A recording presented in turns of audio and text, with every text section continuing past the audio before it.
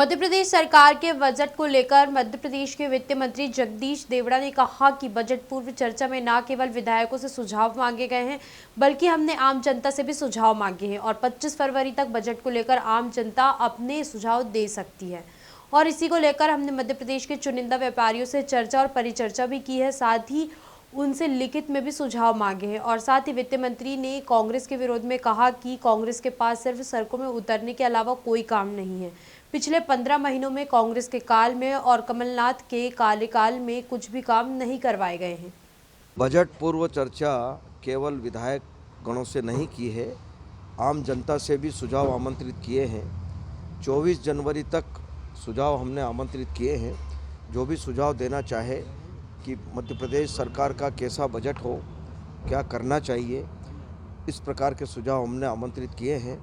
और उसी सिलसिले में हमने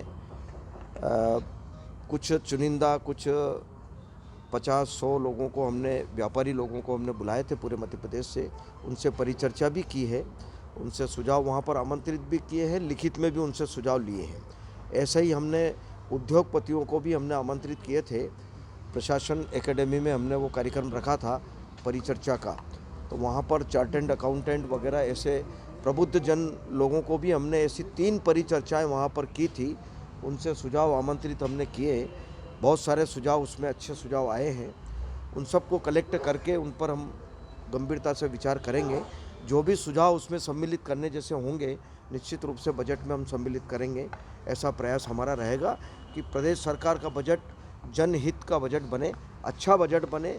क्या क्या उसमें हो सकता है, यह हमने एक स्वच्छ परंपरा के हिसाब से हमने ये काम किया है। कांग्रेस के पास सड़कों पर उतरने के अलावा और कोई बचा ही कुछ नहीं है, क्योंकि कांग्रेस लंबे समय से प्रदेश में भी और देश में भी लोगों ने कांग्रेस के काम को देखा है, इसलिए मुझे कहने की आवश्यकता नहीं है। लोग बहुत समझते हैं।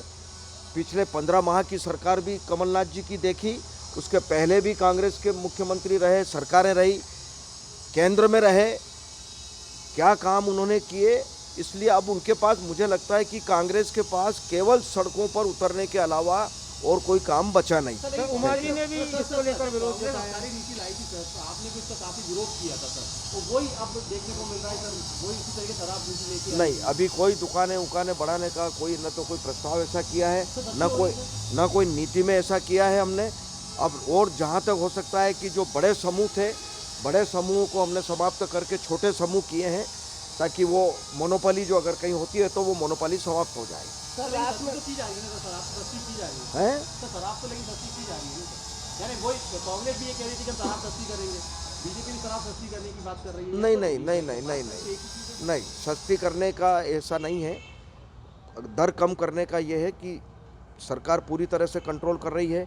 अवैध शराब, पहले भी कुछ घटनाएं हुई, उस पर सरकार ने कड़ी कार्रवाई की, जितनी कड़ी कार्रवाई कर सकते थे उतनी कार्रवाई की।